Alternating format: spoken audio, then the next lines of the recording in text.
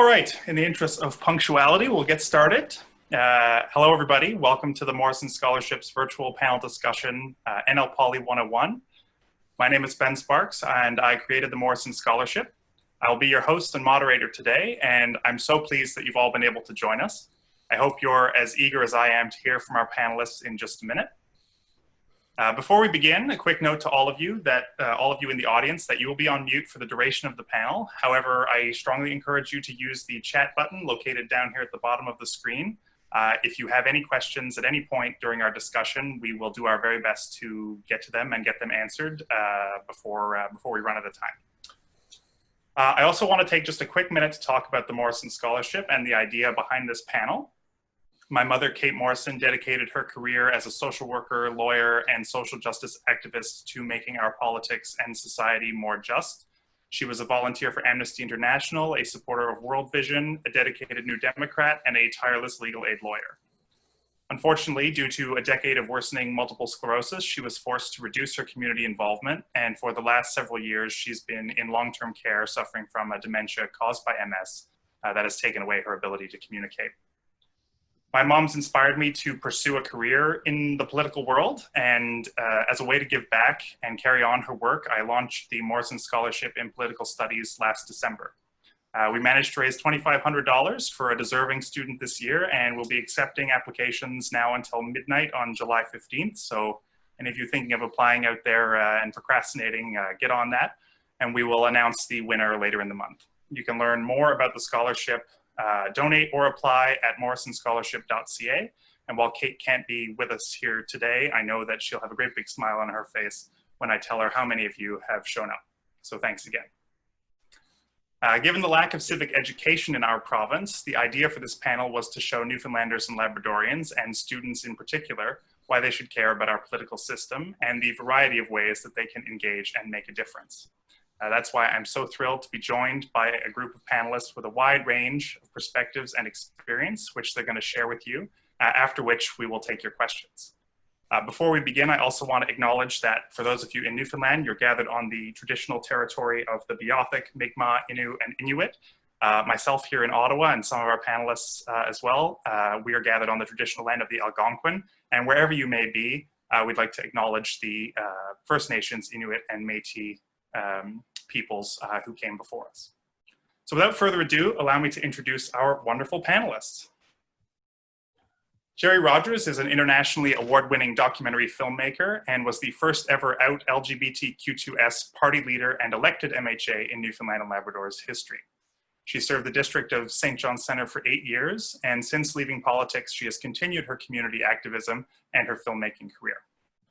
Dr. Lucian Ashworth is a professor and head of the political science department at Memorial University of Newfoundland. He is an author in the field of international relations with a bookshelf that puts us all to shame. And he is 1/3 of the Newfoundland political podcast, Podco, which you should subscribe to, by the way, if you haven't already done so. Katherine Dibbon is a youth leader, mentor, and community activist, particularly on the subject of gender equality. She's currently co-chair of the Premier's Youth Council, a member of the UN's Beijing +25 Youth Task Force, and she serves on provincial and federal district youth advisory councils. As if that wasn't enough, she's doing all of that while pursuing a joint degree in political science and chemistry at Memorial University. Dr. Sulaimon Giwa is an assistant professor of social work with a cross-appointment to the Department of Sociology, Police Studies at Memorial University. His academic work and community activism centralizes anti-Black racism and critical race theories as frameworks and analytical tools for social justice and equity. Dr. Giwa was also a key organizer of the Black Lives Matter rally in St. John's earlier this month.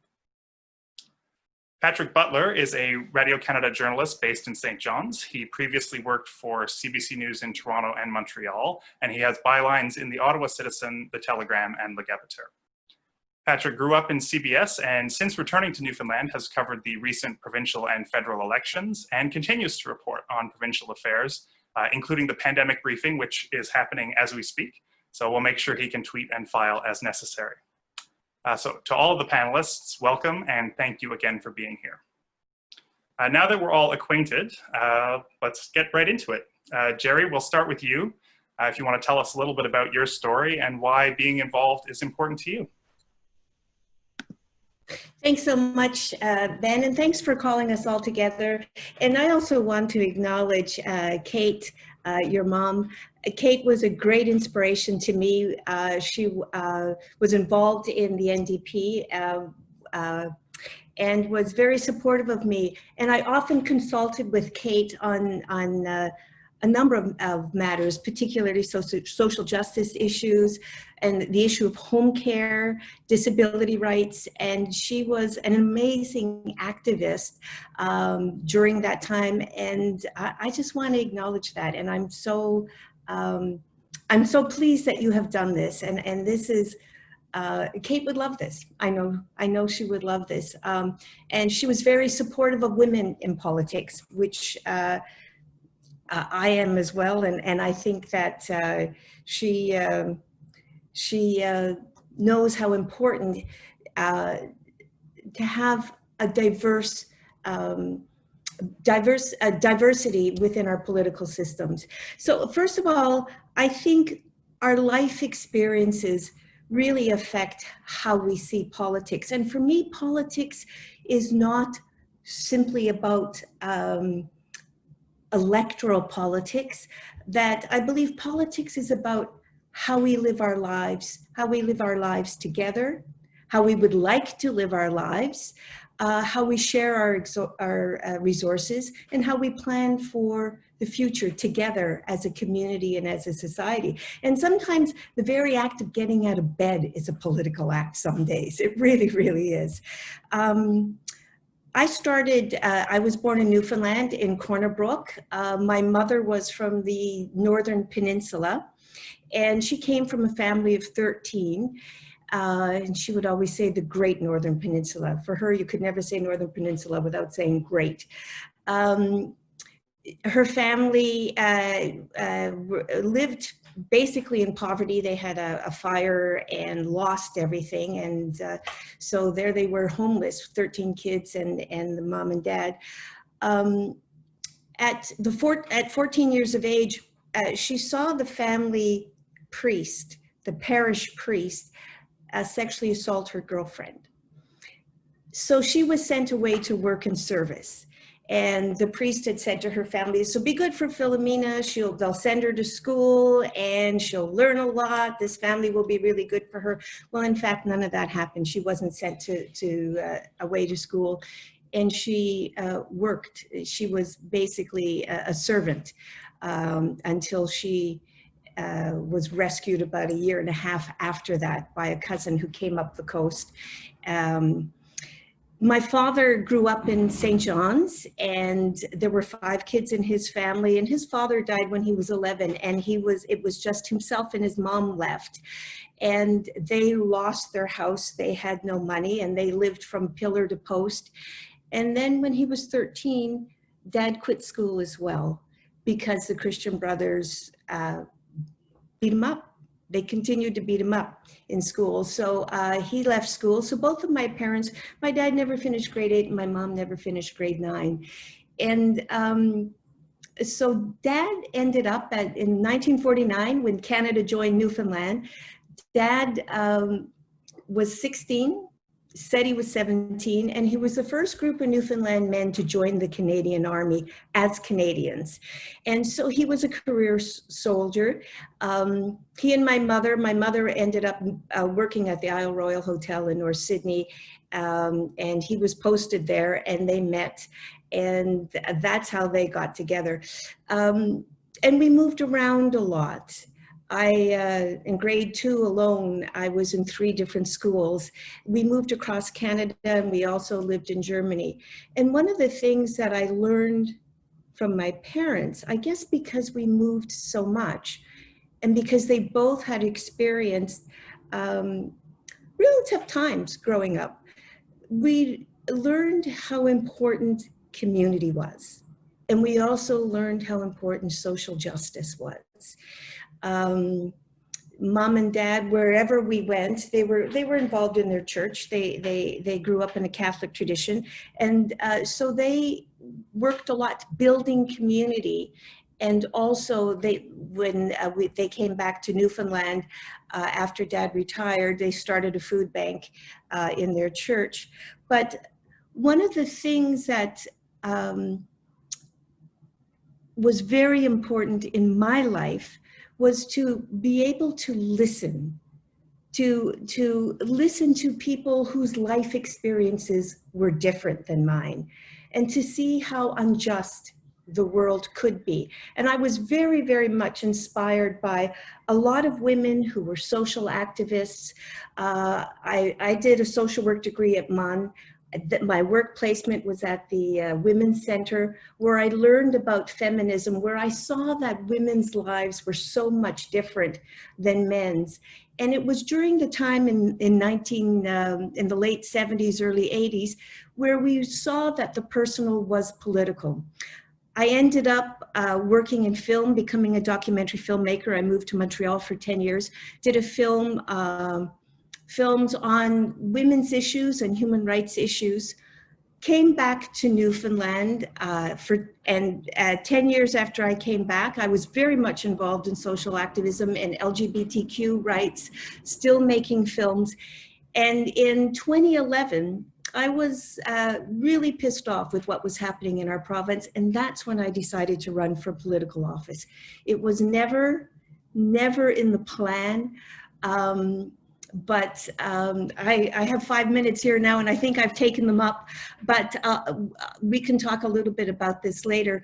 But it made sense for the experience that I had growing up to enter electoral politics was an obvious and a natural and an organic step for me, taking all my experience, my work experience and my personal experience, and sitting at a table where one of the biggest issues for me always in electoral politics is who is not at the table, whose voices, whose experiences are we not hearing? Thanks. Thanks, Gerry, and thank you as well for the kind words about my mother. I know she was a really diehard New Democrat and fighting the good fight with you there. And thanks so much for sharing your story. I'm sure we'll have more to say about that shortly. Our next speaker is Katherine. Katherine Dibbon, do you want to tell us a little bit about, I guess you're in the thick of it right now still, and if you want to tell us a little bit about what made you get involved the way that you have. Oh, I have to unmute Katherine. I always forget that. Absolutely, thank you. So a lot of my experiences deal with youth advocacy, which is really where my sort of passion stemmed. Youth advocacy is something I find super, super inspiring, and I think it's very powerful that youth who are still in the process of discovering who they are willing to fight for what they know is right and ensure the rights of others are respected. So advocating for youth, encouraging them and to be involved and ensuring the youth voice is represented means we can impact change in our world, both in our own backyard and globally.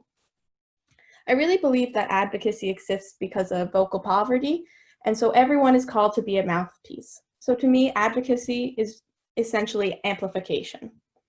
So throughout all these experiences that I've had, I've learned the importance of passion. It's critical to be passionate about what you are involved with and advocating for.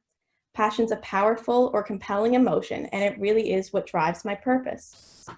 I get so excited when I find others that are passionate about the same things as me, and I'm amazed that I can work together with them on addressing the issues that are of importance to all of us.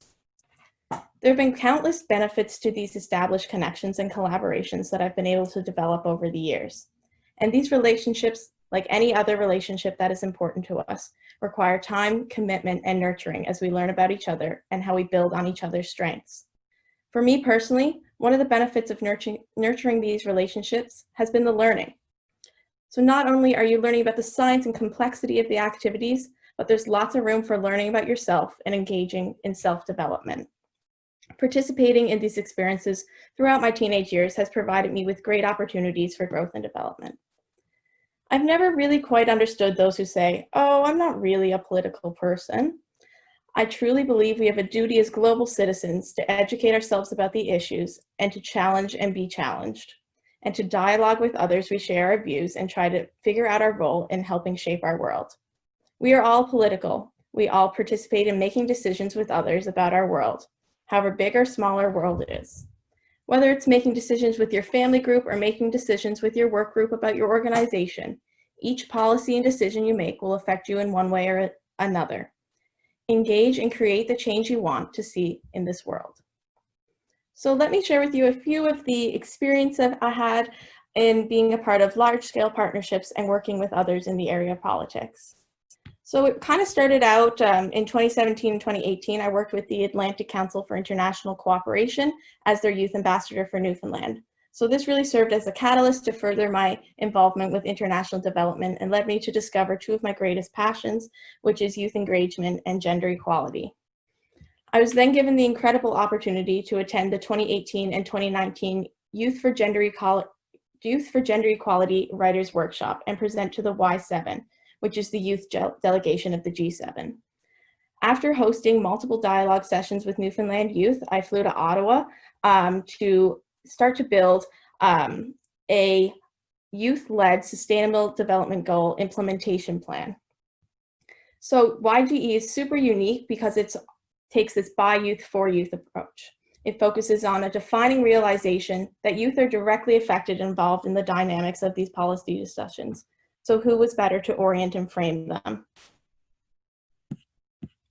I also then had the amazing experience to attend the first day of the Y7 Summit. And then I got to speak to the delegates at the plenary session about the Youth for Gender Equality initiative and the importance of looking at gender equality with each decision we are making. And I also got to hear from Sophie Gregoire Trudeau as she addressed our group. She is indeed someone who knows a whole lot about passion. I also, just over a year ago, at the end of 2018, had the opportunity to travel to Ghana, Africa with World Vision Canada. That was a life-changing experience. We got to travel to some northern communities and really look at some different sustainable options. So my favorite and most poignant experience was the incredible opportunity to visit a youth parliament there. The parliament was organized as a school club and the student participants ranged from 8 to 20 years old. So another thing that I serve on is the Beijing Plus 25 Global Youth Task Force, put together by UN Women. On the task force, we strive to educate and put people together and put youth in the front seat during this pivotal point in history. I've been able to collaborate with youth from across the world throughout this review process. On the local scene, I'm the co-chair of the Premier's Youth Council, co-chair of the City of St. John's Advisory Committee, president of Youth for Minister Osborne's District Association, and member of Minister O'Regan's Constituency Youth Council. And it's through these great opportunities that I'm able to directly provide input on a youth perspective on various topics of interest. So to leave you all with one thing, it would be to discover your passion. You all have incredible hearts that will drive you to fight and advocate for what you believe in. I believe we each have a responsibility to impact our world and make it a better place. Take every opportunity you are given to share, participate, coordinate, lead, and simply run with it. In discovering your passion, you will find your purpose. And once you know that, life becomes a sweet journey with fellow believers joining you on your adventure. Thank you.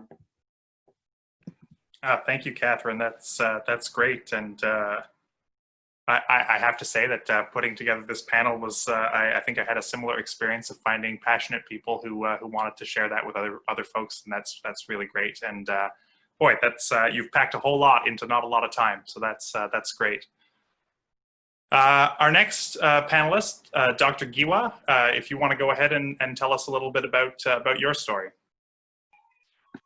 Certainly. Thank you, Ben, for inviting me to be part of the panel. I echo Gerry's comment that your mom will be proud. I want to quickly acknowledge that my son is home, and I apologize in advance for any kind of background noise that you may hear.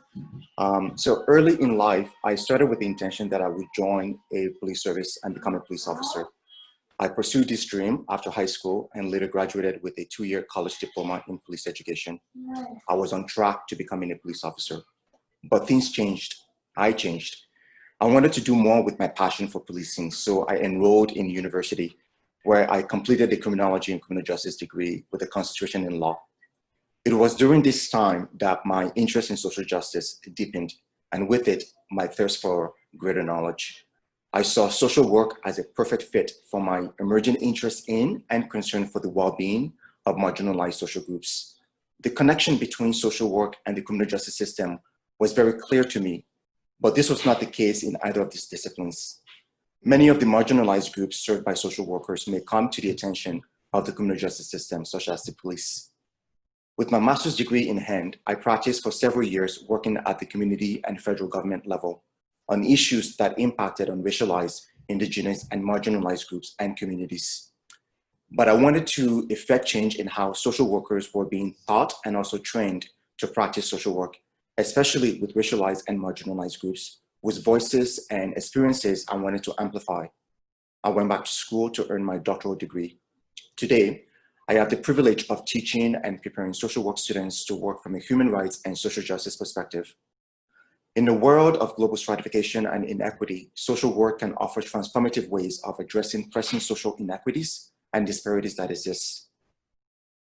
My academic position affords me the opportunity to marry my research, my teaching, scholarship with my passion for grassroots activism. As a scholar activist, I am committed to community service learning that allows students to bridge theory and practice in a real-world context.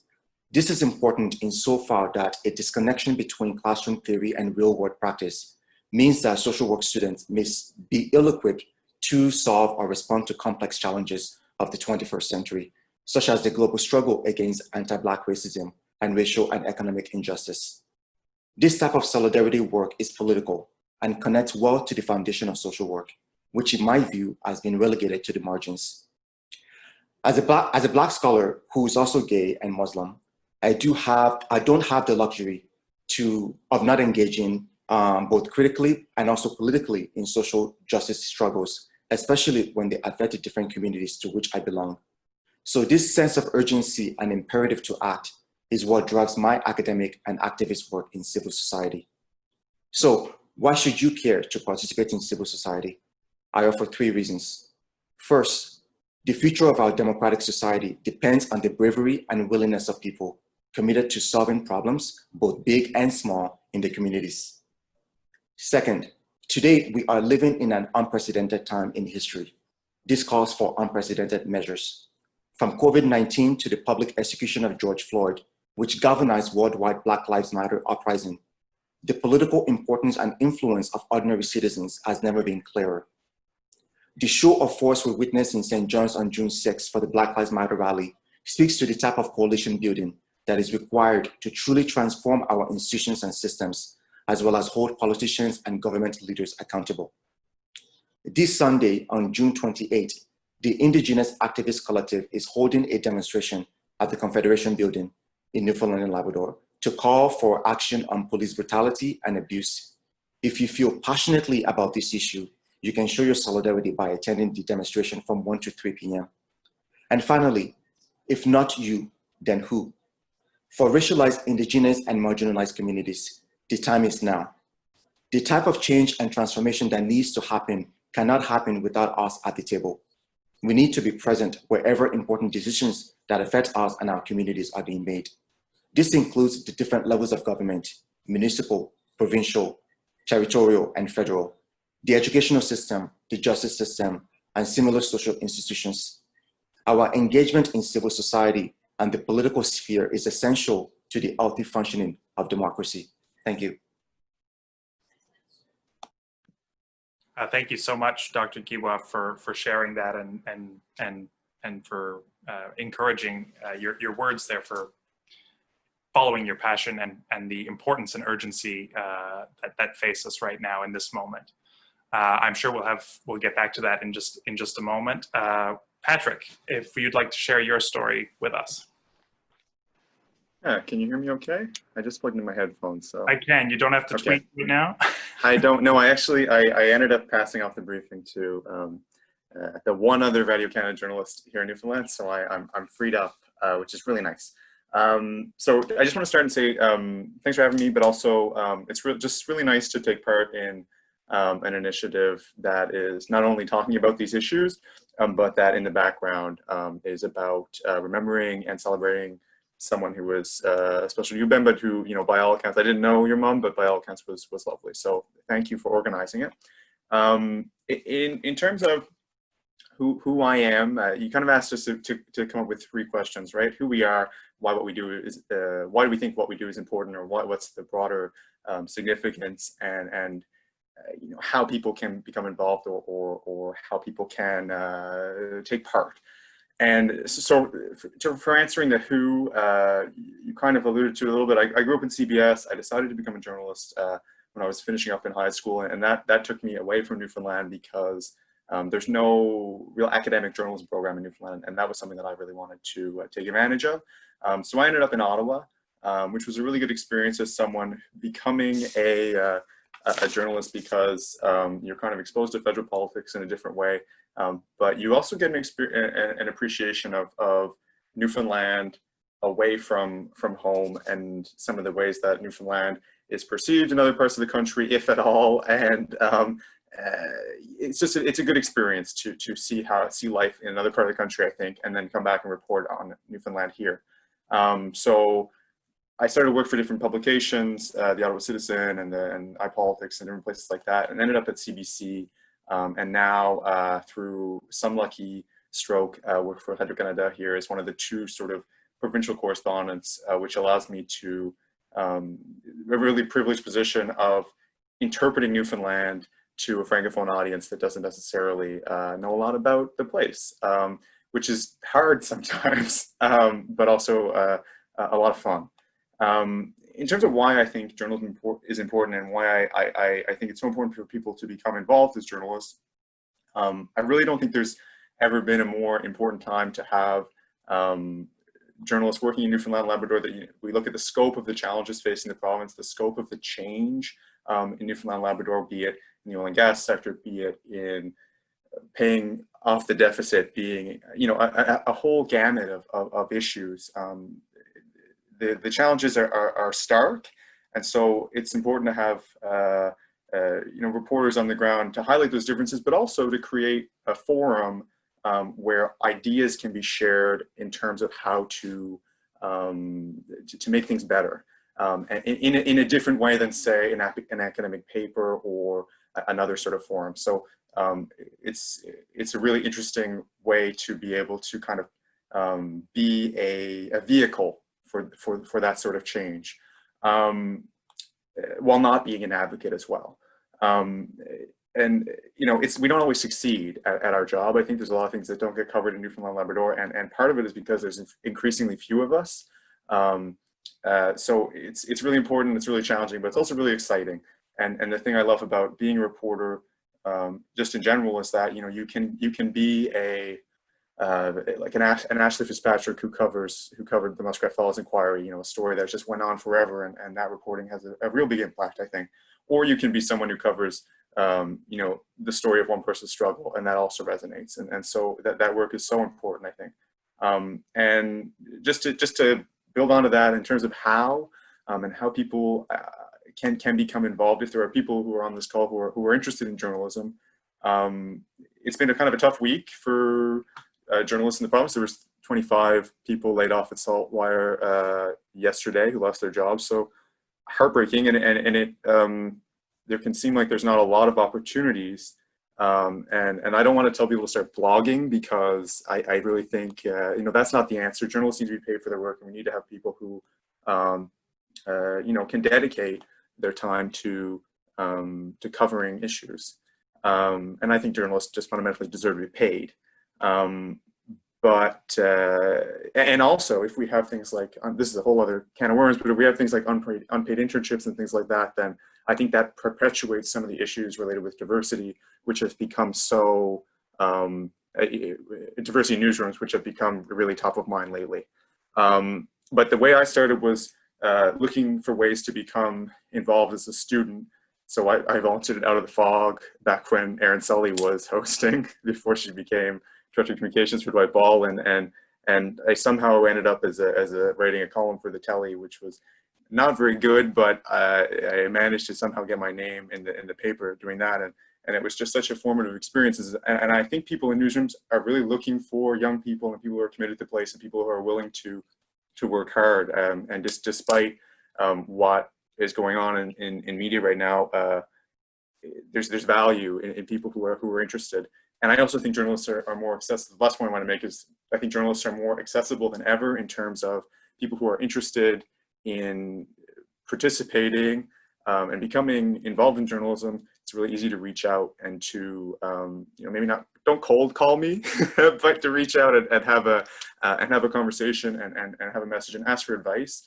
And people are so available. And I think most people are really not just amenable but interested in helping young people who want to get involved. So I want to go to the questions because I'm a journalist and that's what I'm interested in any way. But that's kind of my 2 cents and my story. Yeah, thanks, Patrick. And fair warning, we've got a question for you already, so stay tuned for that. We'll just finish up with Dr. Ashworth. If you want to tell us about your journey to where you are now as head of the political science department and why you think people should get involved.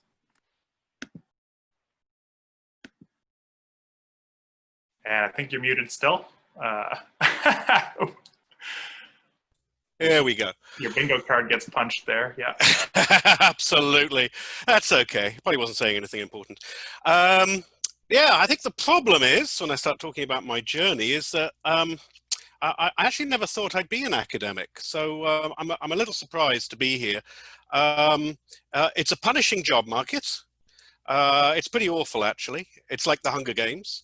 And in order to get trained, you have to be willing to go through a decade of poverty, unless you're independently wealthy, which I wasn't.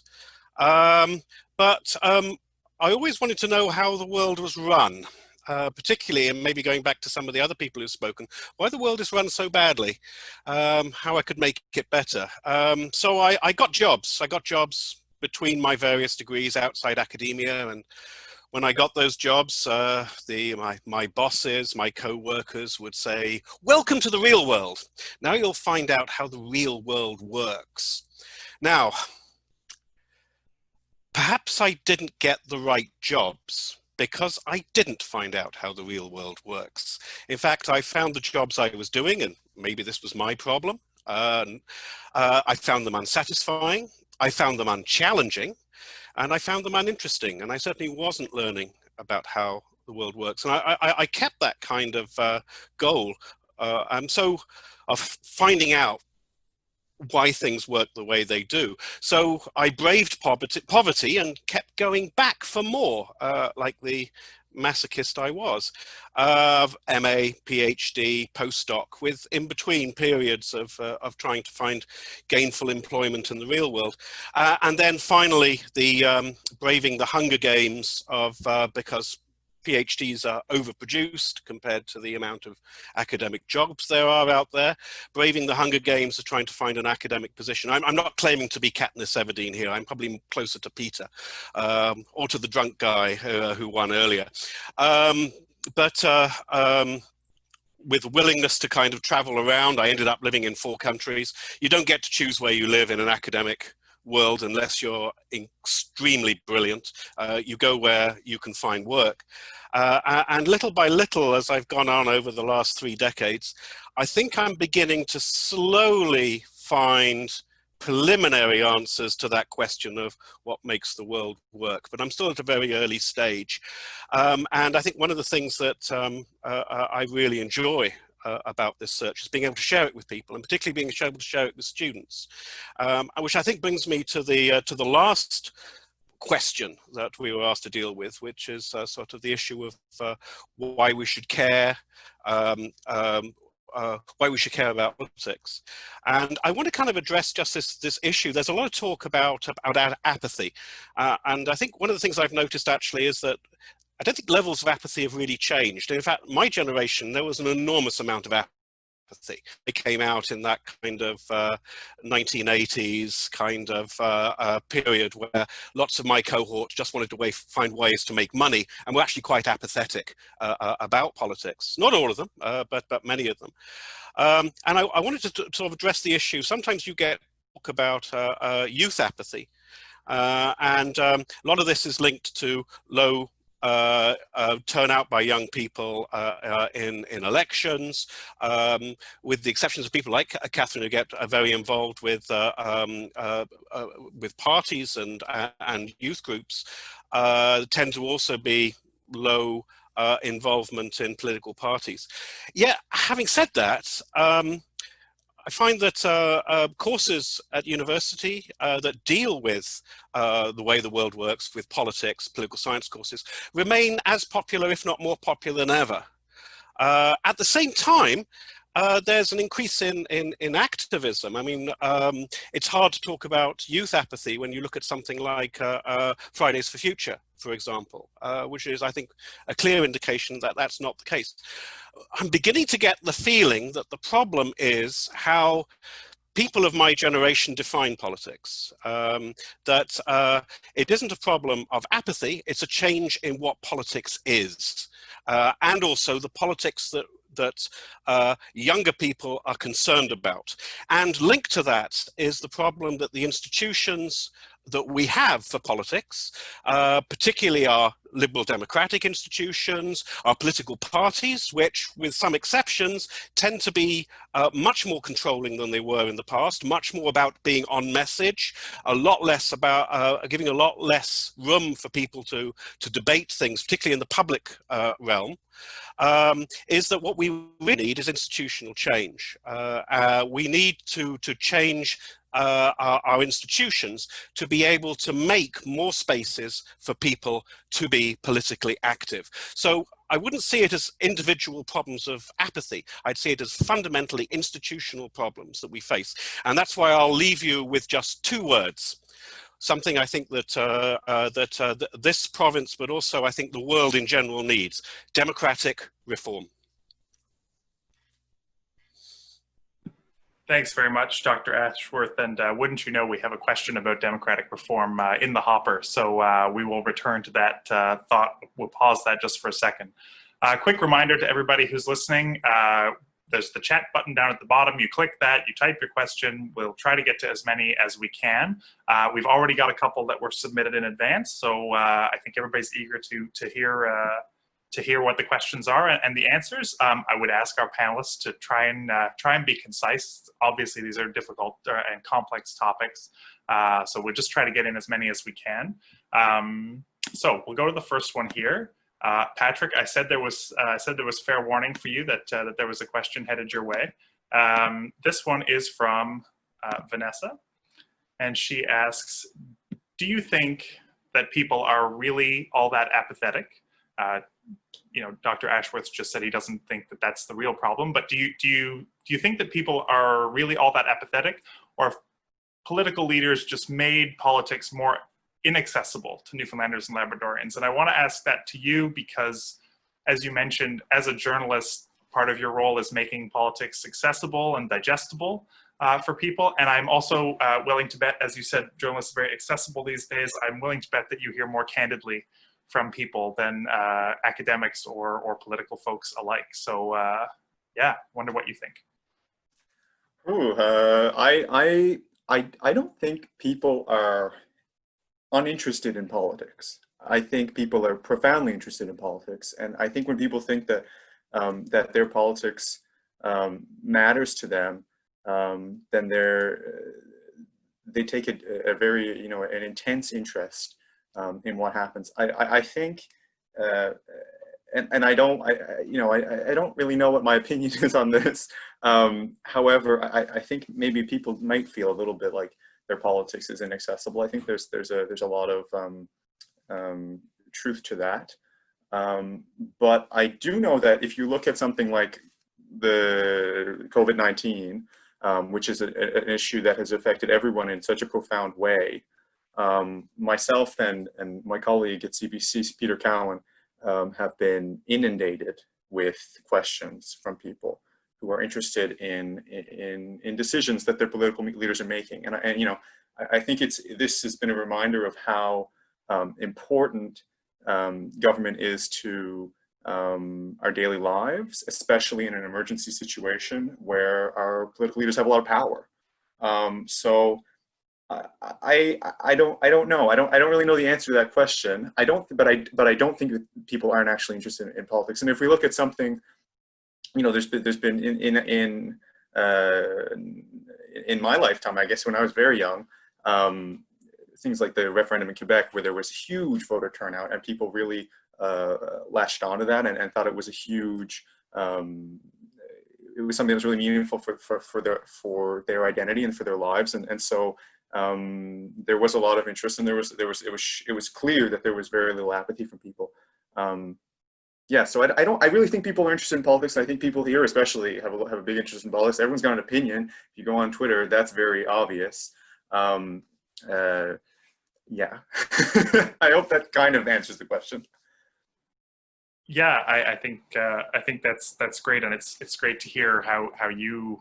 I think your point about COVID-19 is really interesting, that people all of a sudden realize that borders matter, and, you know, decisions that governments make matter really profoundly and can do that really quickly. Anybody else in the panel want to jump in on that one in particular? Jerry, you got the hand up first there, Dr. Ashworth, sorry. I think also going back to what Luke was saying in terms of, you know, people want to see our institutions change. And when I was first elected in 2011, I was very looking forward to working together with the other parties and being collaborative. I ran for the New Democrats because their policies were most in tune with what my beliefs were around social justice, around democratic reform. But I think that a lot of people are really not interested in the institution of electoral politics as they exist today. And I was constantly frustrated. I remember when I was first elected, I would say, we're 520,000 people in a time of prosperity. We were in a time of prosperity at the time. And I'd say, why can't we get this right? Why can we not work together? And I remember other politicians who'd been at it for a while, they would say, well, Gerry, you know, this is all part of the game, particularly around question period. And I said, well, I play hockey on Sunday afternoons. That's my game. You know, this is, for me, this is not a game. This is about how we live our lives together as a province. And I believe the whole issue of democratic reform is so very, very, very important. And among that, also proportional representation. But the system as it is now does not work for the majority of people. And when we look at the, you know, I would constantly have meetings in civil society, and I believed that that was crucial to any of the work that I did. And whatever meetings I would call, I would say beforehand, who is not at this table? Who do we have to bring in to the table? And when we look, I'm sitting in the House of Assembly, and all the portraitures of speakers in the House of Assembly were all older white men. And our system hasn't changed hardly at all. And at the rate that it's changing in terms of just diversity, it will be hundreds of years before we have a sense of equity for women, for people of color, for Indigenous people. I left because I felt I cannot spend any more time within that system. And I believe that's where a lot of people are. They're very interested in how we live our lives together. They're very interested in social policy,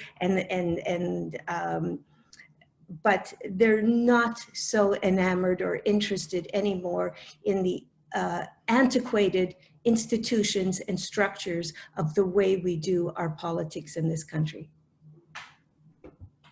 Thanks, Gerry. And I think that builds actually really well into another question that we have. And certainly, Dr. Giwa, you mentioned the desperate need and the urgency to get better representation and to have a greater number of voices from marginalized communities in particular at the table, whether it's in the House of Assembly or in other decision-making bodies.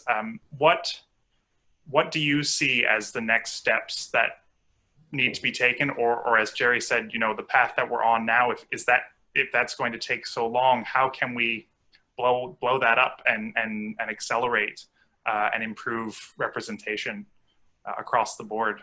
It's a big question, but. Mm-hmm. Thanks for the question. And I will echo many of the points that Gerry also alluded to. I think for me, fundamentally, it boils down to the idea of political will. And when we take a broad, you know, kind of review of the political landscape in Newfoundland and Labrador, and we ask ourselves a critical question in terms of the formation and the organizations of those institutions, we need to be asking ourselves, are we actually creating opportunities for and spaces for people to be able to, who are different from the majority white population, to be able to actually engage in a democratic fashion with the existing structures and systems in place? And if the answer to that question is no, then that requires us to be able to take a full scan and evaluation of our current processes to see what is working and what is actually not working, and to begin to make systematic and immediate changes. So even when you think about the current, you know, leadership campaign that is ongoing at the moment, you know, the rapidness of that particular call for election is one ways in which, you know, the status quo continues to be the status quo, and people who look like myself or who are indigenous, for instance, are kind of in a way kept out of the electoral process. And I think that, you know, when we're actually, and also, you know, people have to raise funds, and particularly for people who don't necessarily have, you know, deep connections to the local community, it's really, really challenging to raise the necessary funds to be able to enter into the race to begin with. So these are all structural barriers that, you know, to somebody who's not racialized or indigenized, they may not necessarily see that as being barriers. But for people who have, you know, as we've been talking about, it's not so much that people are apathetic to being involved in politics. It's more that, you know, they don't necessarily see themselves in the halls of power, and they don't necessarily see that there's opportunities for them to be able to get in. So if we begin to address some of these structural barriers that are actually keeping people out, I think we can begin to see the kind of transformation that we definitely need within those kind of spaces. No, thanks very much, and I can see there that a lot of your points resonate with people, and I know we're eager to see. At least I think I speak for everybody on the panel when I say that we're eager to see that kind of change happen quickly. And it's so true. The institutional barriers inherent with our system that we just take for granted, or that we assume are normal, don't have to be there and need to be looked at. I want to stay kind of with that idea of institutional changes, and specifically about education.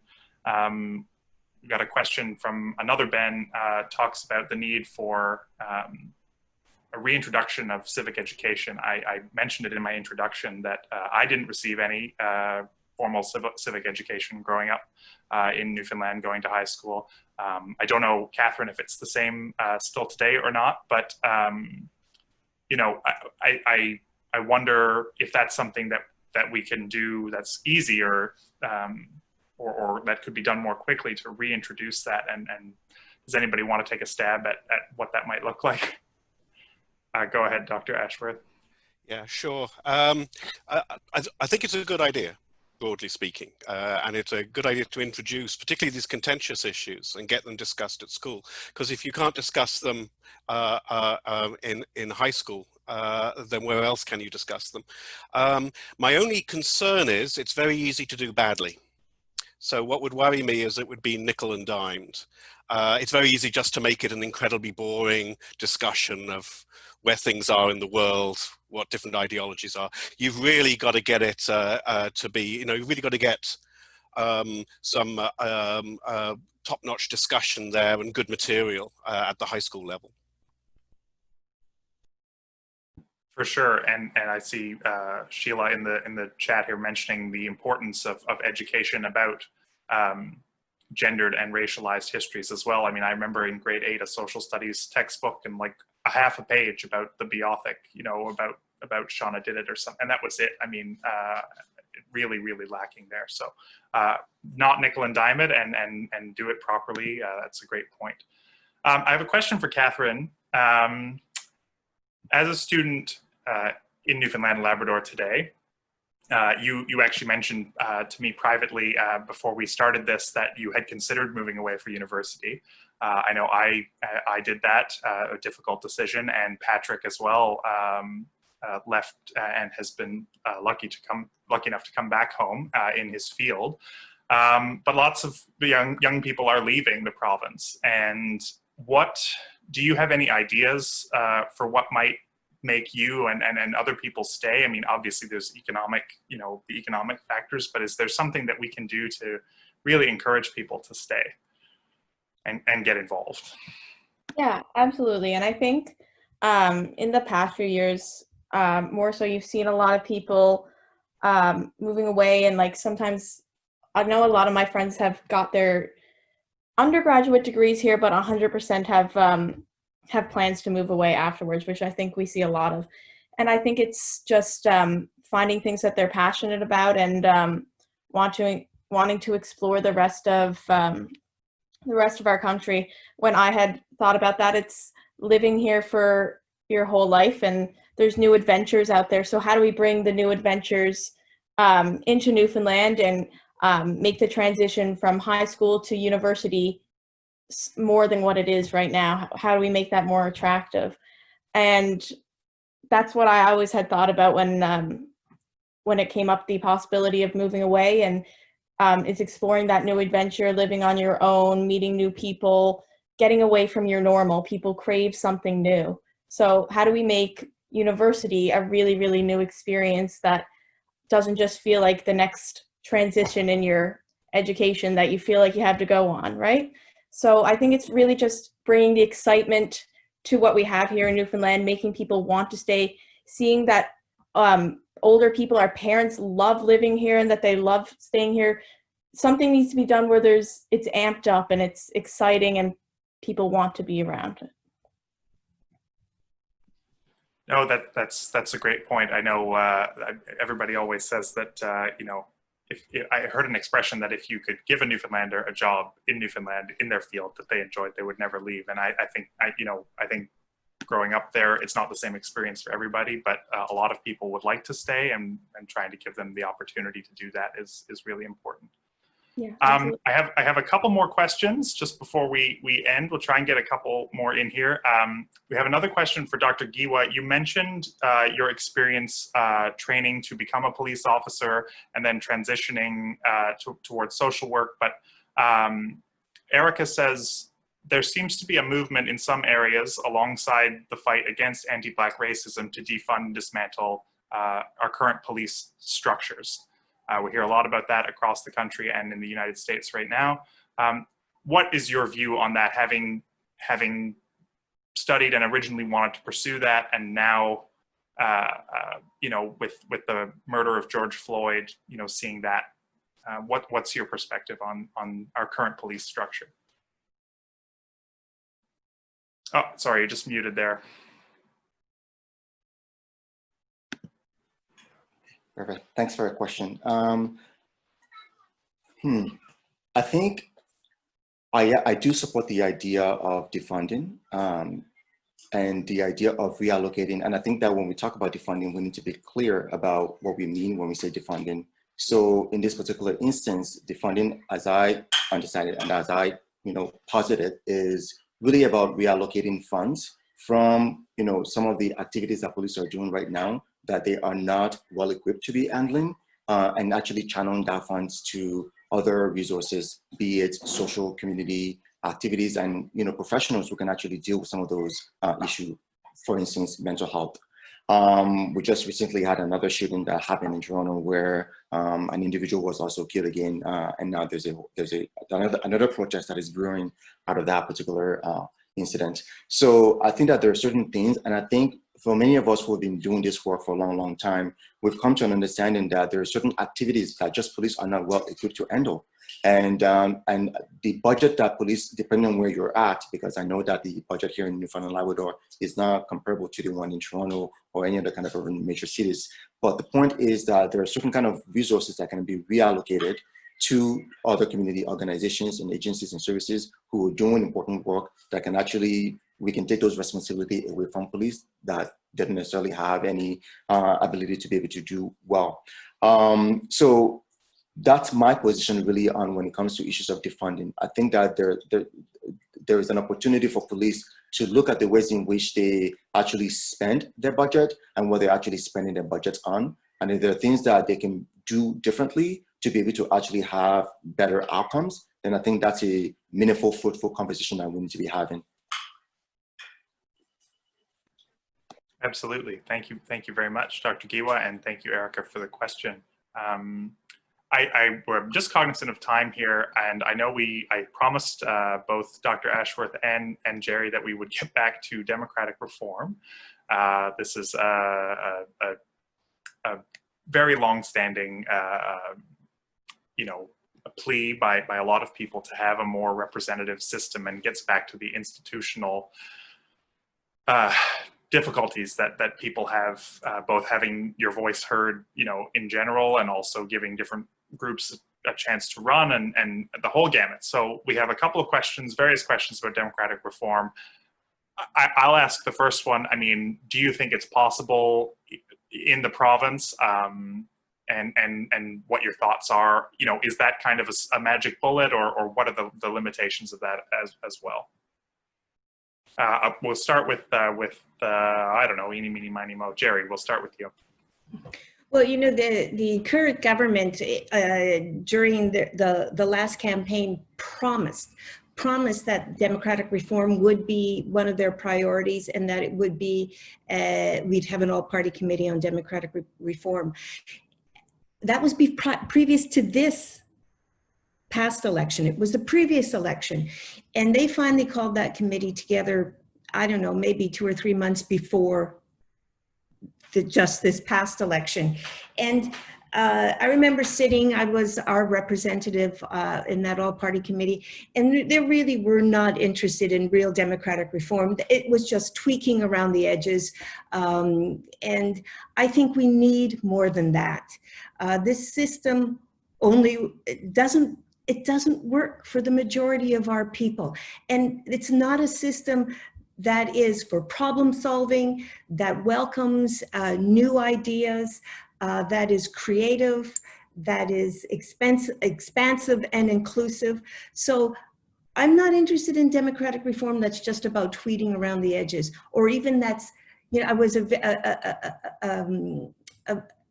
champion for PR, for proportional representation.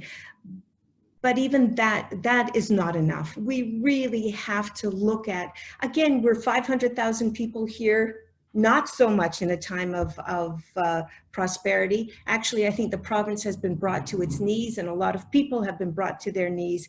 And we have to look at a way of doing this better, of working together, of really looking at what is social democracy.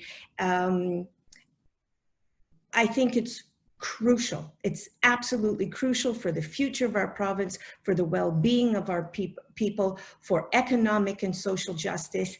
And how we're going to do that, I don't know, but it takes courage, and it takes commitment, and it takes a commitment to social justice and economic justice, and it takes a commitment around issues of racism and inclusion.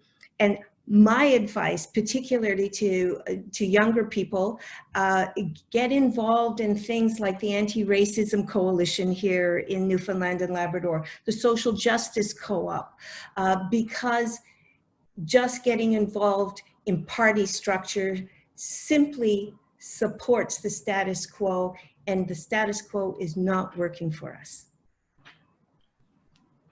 Thanks, Gerry, and I think you raised a good point about discussions about democratic reform, which is that it's never really in the interests of the incumbents to change the system that has got them where they are.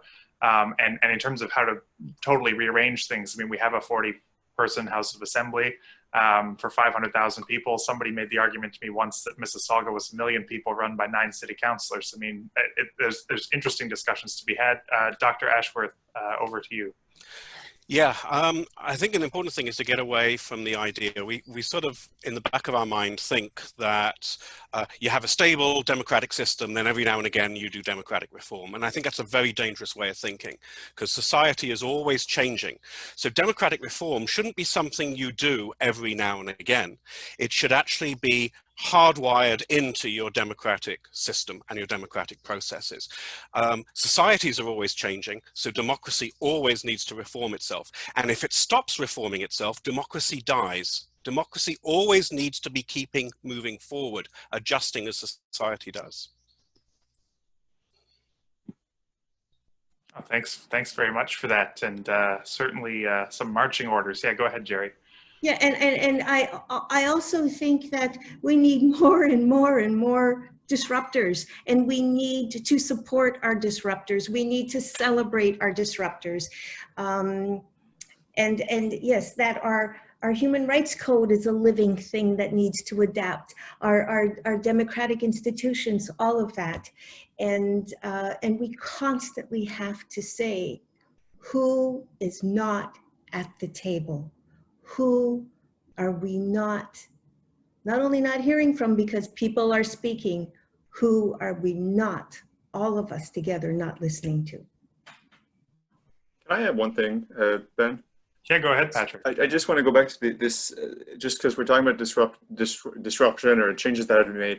And just to come back to the initial question about apathy, as soon as I turned off my mic, I thought of something else to say, but it's obvious that there's going to have to be some difficult decisions made in Newfoundland and Labrador, and I'm absolutely. If you look at the situation that happened when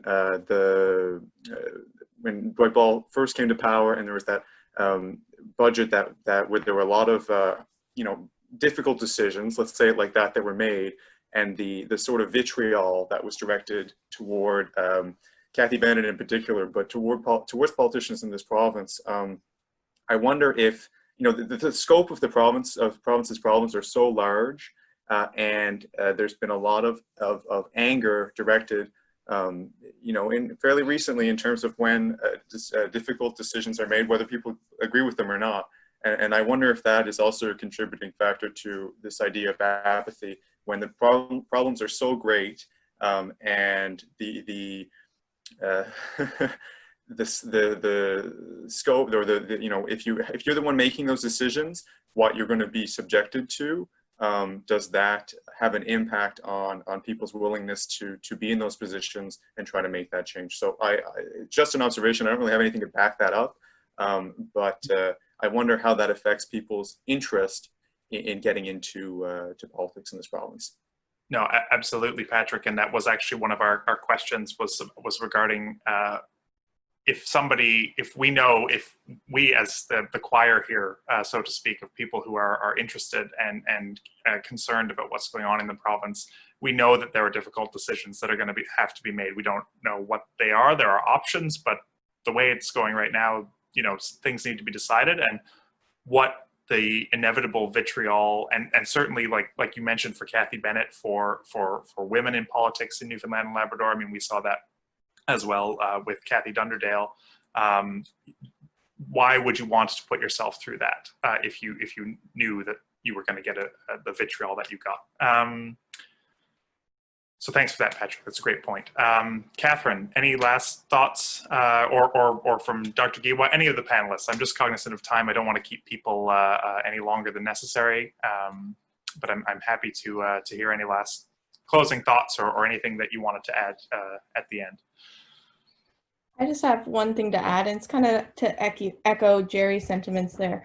But I think the biggest thing that we need to look at now within our society is making our decisions through an intersectional level. So making sure that every single background is represented at the table, every voice that wants to be heard is there. And that's really coming and rising as a popular thing in our world right now. And I think it's really important to young people that voices are being heard through every background, through everything, and that they're being supported. So I think as we make these difficult decisions in the coming years, and as we continue on our journey with politics, it's important to recognize that it's not always about you, but it's about a lot more than what you can see. And it's about listening and then listening again.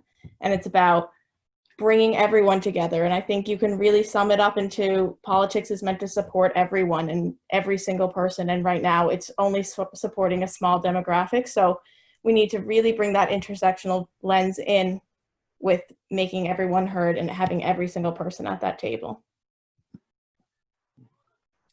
And I think, go ahead, sorry. Sorry about that. And I was just going to add quickly that I think also too, we need to be thinking about cultural transformation within political spheres.